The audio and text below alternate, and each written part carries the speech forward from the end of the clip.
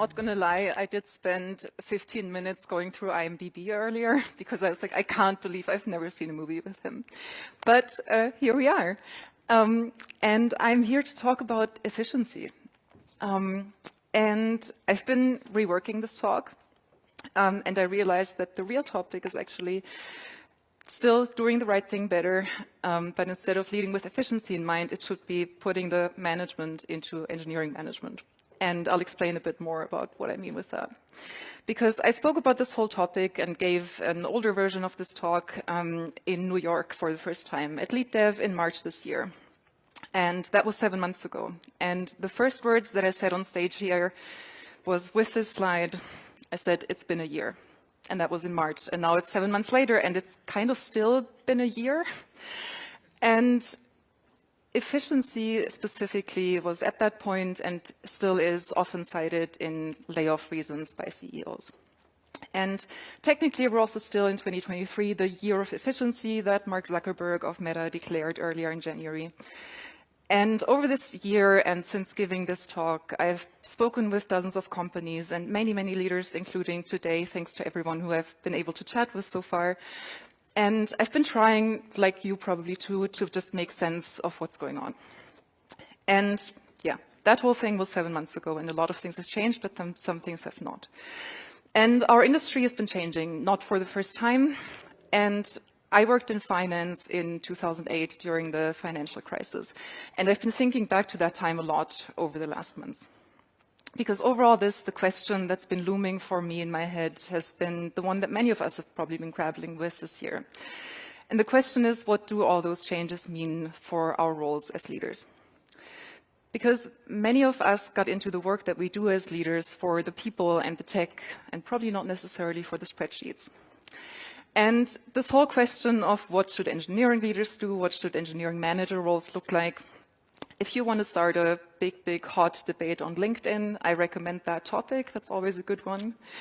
And so I'm kind of here to, settle the debate or add some fuel to the fire. We'll see. But the thing is, like I mentioned, I actually want to go back here. I briefly want to mention, when I talk about leadership in this talk, I mean people who are in a guiding role, people who influence others. That doesn't mean you have to be a people manager. It doesn't mean you have to have direct reports.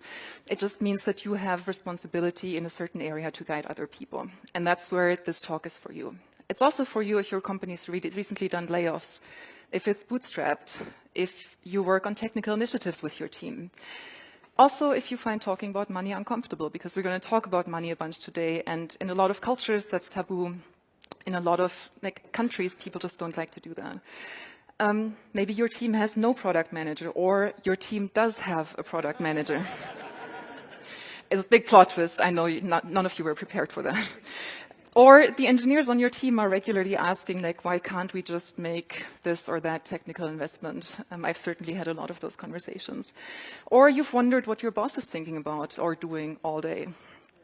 Or you wonder how you can treat people as humans while managing with money in mind.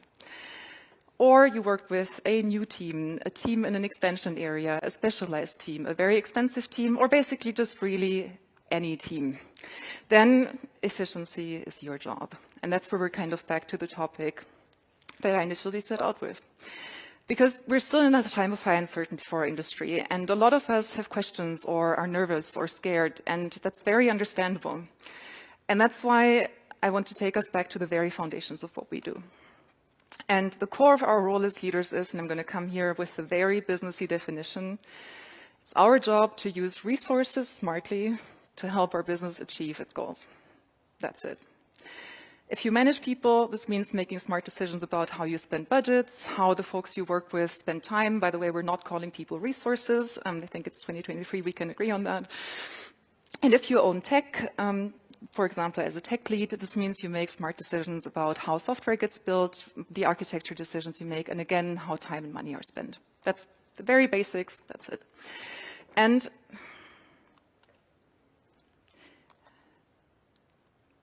let me just try and click onward here.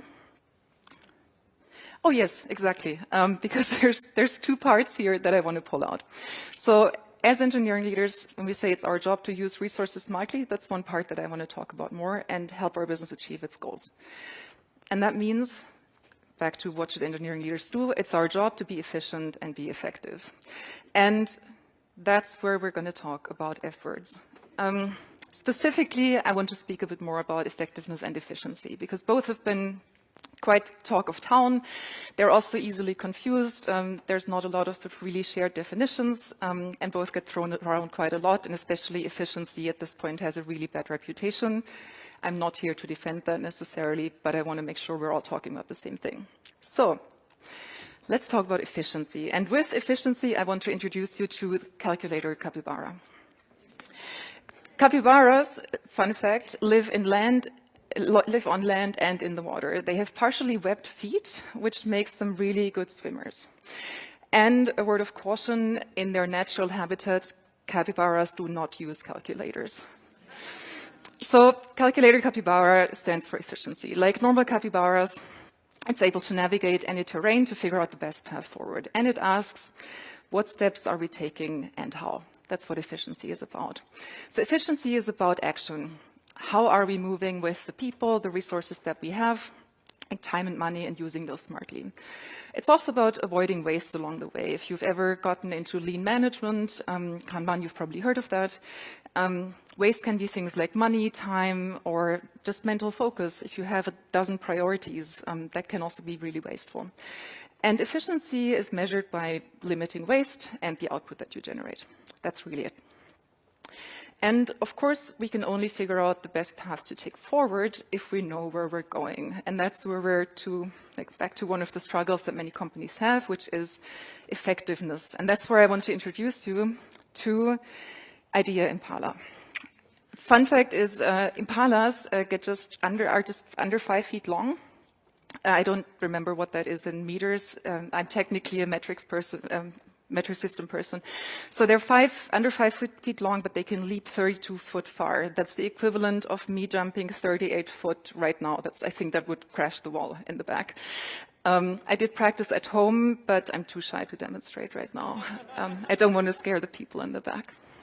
So Idea Impala represents the leap, and it stands for effectiveness. It asks, are we reaching our goals? So effectiveness is about the results, doing the right thing. That's a very popular Peter Drucker quote. You've probably heard that. I remember effectiveness because it has the effect in it, so the goal, the result. And it stands for doing what's most important. And some ways to measure effectiveness are like the alignment. Does everyone understand our goal, our strategy, where we're trying to go? Also has the structure component. Like, do we have the appropriate structure in place that is, again, aligned with the goals that we're pursuing? And ways to measure effectiveness are, again, alignment, structure, and then are we actually attaining our goals and in the quality that we want? So I will say it's been over 20 years since I've been to business school, and I will confuse those at least once today. So if you're mixing it up every once in a while, that's entirely fine. It happens to the best of us. But here's the two definitions. So effectiveness is doing the right thing, pursuing our goal. I see some people taking photos. I love that. And efficiency is doing things the right way. So we've got the definitions, we've got the capybara, we've got the impala. That's what matters the most. I do want to mention there's often a lot of talk about engineering productivity. I messed up the animations here. My apologies for that. I do want to mention how productivity fits into this whole picture. So productivity is essentially about generating more output in the same time. It's like the time stays static, and in this time you're trying to generate more. Whereas efficiency is about using fewer resources, like for example, less time to generate the output. It's kind of the difference. I just want to give you the components because it's a big talk, of course, and especially over the last year, there's been a bit of a shift in talking about productivity versus more about efficiency, because companies are trying to use fewer resources at this point, and that's where the efficiency comes in. So we've got the vocabulary down. And so I want to talk about, ultimately, we help our companies achieve its goals. The goal is there in the back with the Impala. And every day we make big and small decisions that help us achieve those goals and achieve them in better ways than we did before. And now, of course, as a company, you can walk down this path towards your goal, or you can buy a helicopter and just fly your entire team up to the goal on the mountaintop and hope you don't run out of fuel along the way. And that's the thing that is really important in this whole conversation, because companies may choose to optimize for one or the other at points in time. Because on this spectrum between efficiency and effectiveness, some companies are trying to get a balance, but tech, and especially VC-funded tech, tends to go into extremes. And those extremes can even be a business strategy. That helicopter flying your team up to the mountain, that's exactly what a lot of companies have been doing over the last over the last decade, actually. So using a lot of money to achieve goals faster, to increase market share. And companies choose to optimize for one or the other over various different factors, like external factors like the broader economic situation, interest rates, the VC market, or internal factors like the stage that they're in, the funding situation, like are they running out of money? And of course also, are you optimizing for the short or the long term? Very practically, this means this is what a lot of bosses are looking at right now. This very far out efficiency spot is the thing. I think you all know this, like you've all been feeling it, I've been feeling it this year as well. And that also means, how do we actually make that happen? So we talked about effectiveness as achieving our goal, efficiency is how we're going to get there. And all of this was quite abstract. And so I want to fast forward a few days, say this conference is over, it's next Monday morning at 9 a.m., you open your laptop, you recall this efficiency thing and maybe one of these cute animals. You're like, now what? Capybara? No idea. So this is where I give you some ideas for what you can actually do. Because like any sensible person, you would go on a hike. This hike is my illustration of the steps that you can take to actually increase efficiency on your team and do the right thing better. The first step is to know your organization. That's your map. The second step is the flashlight, and I'm going to go into all these steps in more detail. Flashlight is where you define how you know. Like any of us as managers, it's important for us to have clear success criteria, know what we're going after. Then GPS. You actually understand where you're at currently. You take hiking boots to actually make it real. Go on your way. And binoculars to watch out for changes. And along the way, you communicate to validate. I love that it rhymes. And the whole idea is that you take others along on the way. Because that's one important thing that I want to call out here. Efficiency has gotten a bad reputation, and rightfully so. But doing the right thing better is a team sport. We haven't talked business enough with our employees and our teammates in the last years, and it shows, and we have a lot to catch up on. But taking our teams along on this work and on this path is really crucial, because first of all, we treat people with respect and decency. I feel like that's one thing that the LeadDev community stands for, and that hopefully all of us that are here stand for. And becoming more efficient should not mean burning people out. Actually, burning people out is quite the opposite of becoming more efficient. I also want to highly recommend that you come back here after the break, because there's going to be 2 really great talks on burnout that I'm super excited for, that are going to tie into this really well. Another reason to take your team along is that, of course, like leading with transparency matters. Context is critical for teams to be successful. And lastly, your teammates are subject matter experts. They will have ideas on how to actually do things better on your team, and ideas that you probably wouldn't have had by yourself. So, and the last bit is, efficiency is in every decision you make with your team every single day. You and your teammates are in a prime position to make your team do things better, because you determine exactly how you spend your time. So we get started by knowing your organization. The goal here is to understand what your company actually is optimizing for. Understand the landscape, understand the goals. And that in abstract, I know it sounds quite simple. I also know that it's sometimes really, really hard, because goals change or aren't super clear or aren't trickled down very well to your level. And so I want to give you a couple questions that you can ask your boss or your skip level upwards in the next weeks to really understand where your company is actually at and what it's trying to do.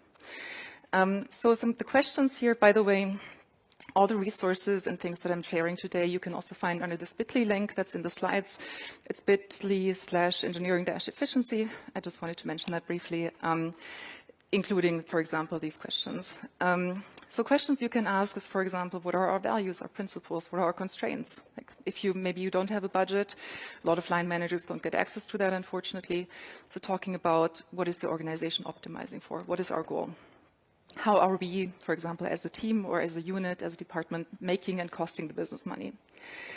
And also ask your boss what matters to them, because if your organization is quite big, your boss may have very concrete and specific ideas that don't necessarily always align with what the overall company is trying to do.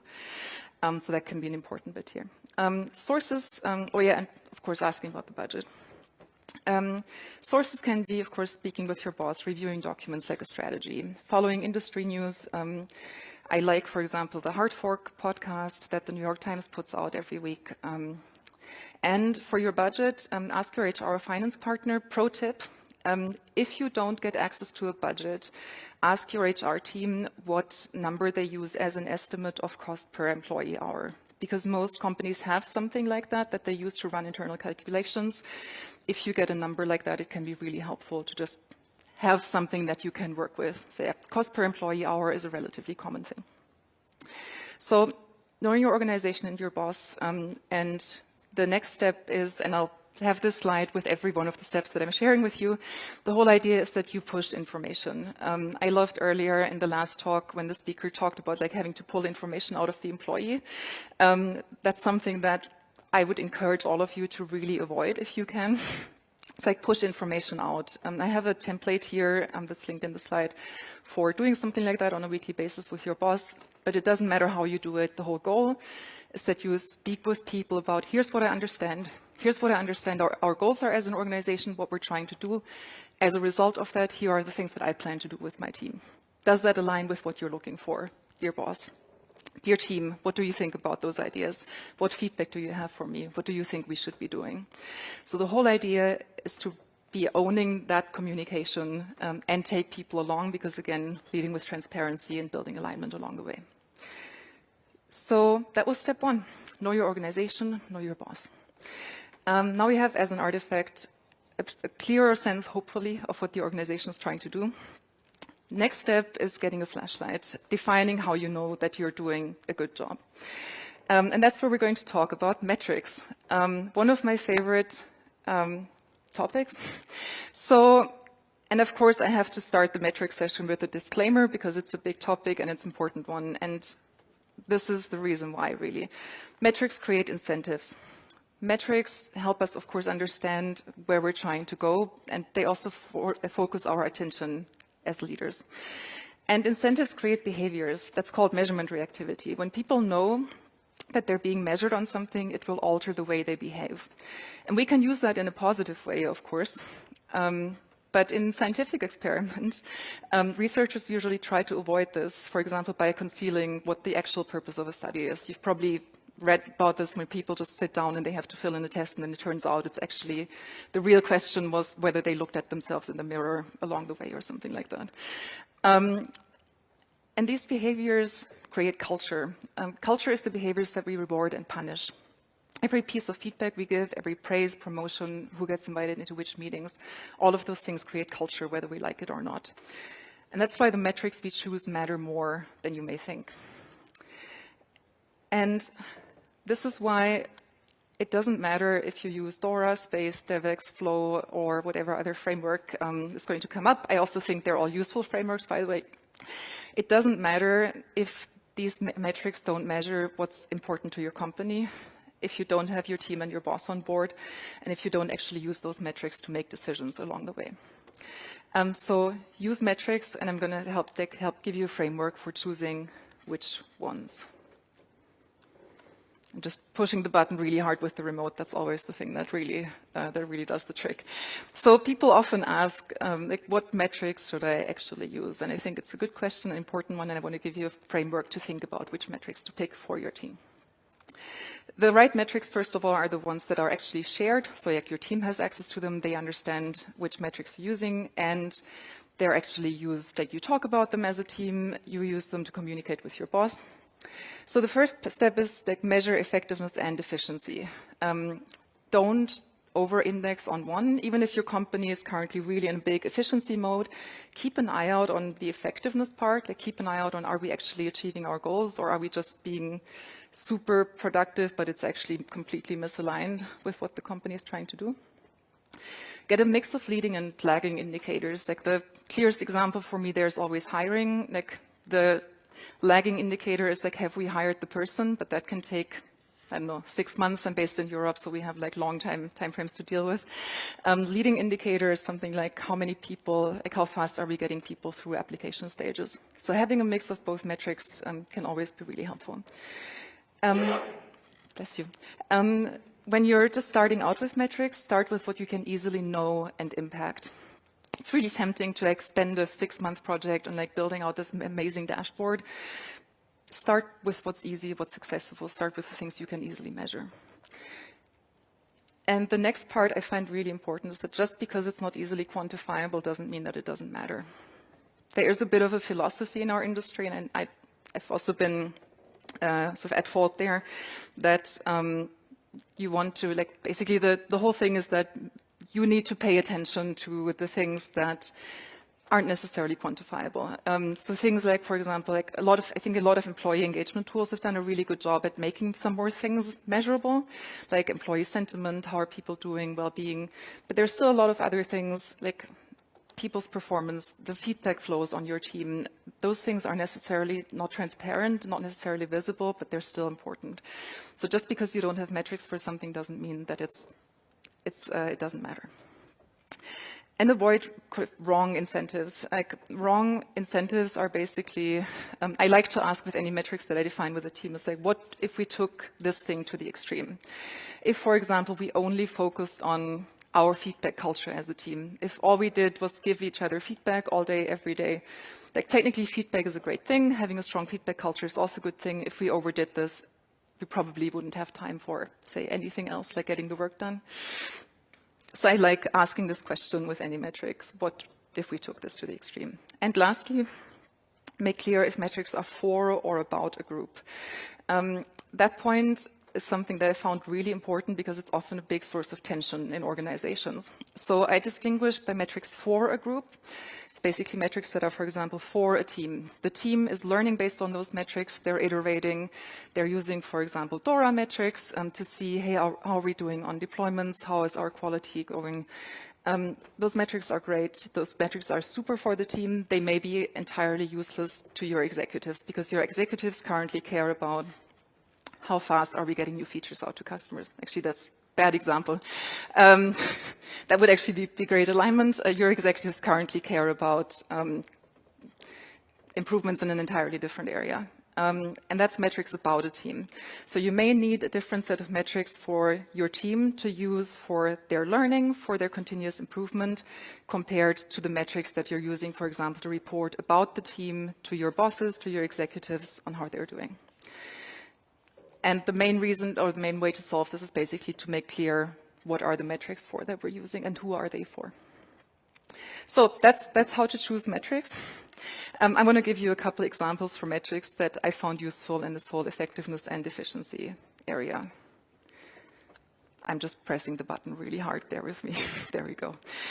So some metrics for effectiveness. I'm just going to put those on here really quickly because ultimately you're not going to use all of them, first of all. Please, if you're just starting out with metrics, use 3 or 4.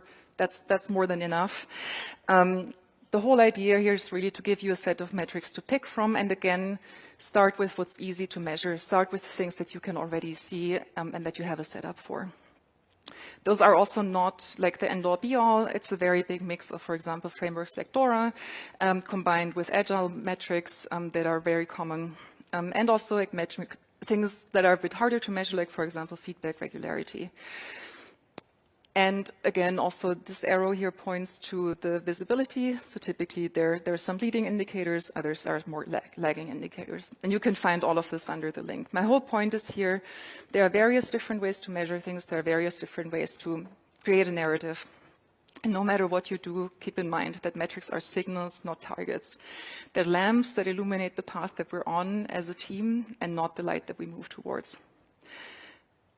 So, and again, communicate to validate, you talk to your boss about the metrics you picked, you speak with your team, what they think about them. There's also going to be a great talk, I think later today or tomorrow, about fear of metrics on teams. Also recommend that one. And that's when we define how we'll know that we're doing a good job. And now it's time to actually do a review. And if you haven't done a review of basically where your team is at performance-wise, this is for you. It's a pretty quick section to basically look at how are we doing overall and identify improvement areas. And again, there's a couple questions that you can use. The whole idea is that you do a review, like how are we doing on our budget? How is our tech performing? How is our delivery, our processes? How is our structure and our staffing working? And that big picture view, having that is really important. Like I recommend doing a check-in twice a year. If you haven't done one lately, do it next week. And there's a couple areas that you can look at for finding improvement opportunities. So for example, where are you wasting resources? How can you increase the impact that your team is having? And what areas can you invest in for longer term improvements?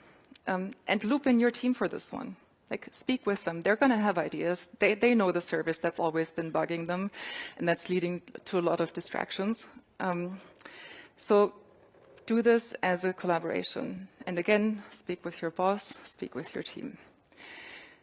So at this point, ideally, you know your position. You know how your team is doing. You've looked at the higher level. And then it's time to actually make it real. Put on your hiking boots and do this one step at a time. And I've pulled up here a list of like typical ceremonies that teams have, like for example, daily stand-up or weekly backlog grooming, quarterly goal reviews. All of those are really good opportunities to talk about effectiveness and efficiency with your team. Like how are we doing on meeting our goals? How's our quality?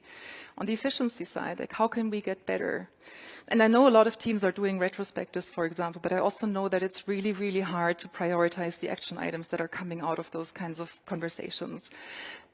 If you're having troubles with that, like speak with your boss, because ultimately, like not being able to make room for the improvements on your team, that's a big flag. That is a huge issue, and that's something that's going to cost the business. And now again, if you have that employee per hour number, you could start calculating how much that's actually costing the business. And those calculations don't have to be complex, but you can say, hey, here's the issue that we're having. We're not able to prioritize this. This is how many distractions this is causing, and multiply. So really, the math can be simple. The whole point is to get to talking about the cost that those things are incurring, because that's a very different conversation, and one that a lot of bosses are really happy to listen to. In addition to those, like you can also do performance reviews and talk about impact that the folks on your team are having on the business, or also during big tech investments, architecture decisions. So in any case, and I can't stress this enough, like leading with effectiveness and efficiency in mind means thinking, asking, talking, writing about those topics, speaking business with folks. And I know these topics are not necessarily common for everyone, or not everyone is used to them, but it's a muscle you can train. And, oh yeah, I would like to encourage you to actually pick one that you're going to do next week. And then tell the person to your right about your pick. It's probably going to be a bit weird because some of you have some space between you, but you can tell them. So like, pick one thing that you're going to do about this next week. Like when are you going to speak with the folks on your team about how the team is doing? I'll give you a couple seconds to think, and then you're going to tell the person to your right.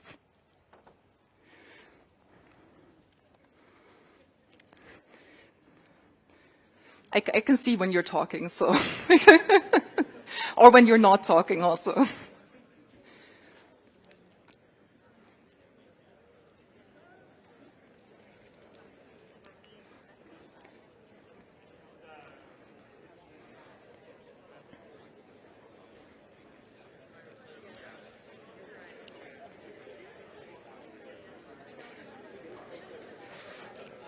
I kind of should just walk off stage right now. I feel like this is going so great. Now I feel like I'm interrupting a conversation. My apologies that I'm still here. All right, so thank you for going with this, and also keep the conversation going after, like, I'm almost done. No worries. I'll be out of your hair, and then you can head into the break and talk with the people next to you. So make it real. And lastly, like, watch out for changes, because we've all talked about it so much now. We're dealing with huge uncertainty at the moment, and keep an eye out on what's going on. And I know that we're all bogged down in a lot of tactical work, and it's really hard when you have like meetings just stacked in your calendar. I do want to give you a couple tips for like pulling yourself out and looking at the bigger picture every week. So, you know, clouds appear and the weather may change. Or you may also see that your company changes its goals. Or it gets dark like it may feel right now. Make it a habit to observe the conditions, not just in your company, but also the broader economy. I have a whole cheat sheet on this for you. The idea here is that it gives you a framework for looking at strategy and thinking about strategy, including the conditions outside of your company. So one thing that I've done for a really long time is every Friday have a 30-minute just window for looking at how's the economy doing, what is our competition doing, what's going on in the broader VC market, for example. This cheat sheet that I have a screenshot of here has got a whole set of questions you can walk yourself through. Another thing you can do is to start your days with 5 or 10 minutes of strategy time. Before you open your laptop, sit down and actually think about what is going on your team, in your company. Like, you need to make space for that kind of work, because otherwise it's not going to happen. And use this framework or use something else. The framework has as a bonus the bagel of strategy. If you're not familiar yet, it's terrible, but it's also really good. And that's basically it. That's leading with efficiency in mind and leading our teams through this time. And as I promised to you, I have a cheat sheet here with all the questions, including the definitions as well from this talk today. It has a lot of things that you can also pass on to your direct reports, questions you can discuss with them. Make this part of your conversations. I know a lot of us haven't been trained for this. A lot of us have been really grappling with how to adapt to this new environment. Use structures like this or find structures that work for you to navigate it. I also have a workshop coming up about these topics, like maximizing team impact and efficiency is the topic. It's an online workshop. If you're interested, you can find more about it here. But most of all, like, make time for this, and make time for this starting next week. Like, know your organization and your boss. Define how you'll know. Like, pick metrics that are right for your team, that are aligned with what your company is trying to do. Know your position. Like, really understand how your team is doing so you can have the right conversations with your boss. And get moving. Like, take your team along. Like, involve them in this work. And of course, like, watch out for changes along the way. And also, don't forget to leap every once in a while. Probably don't like leap so far that you crash into a wall, but leap, channel your inner capybara, and also like put the management into engineering management. Thank you so much. Now keep talking to the people next to you. That was wonderful to see. Thank you so much for having me, and see you in the office hours.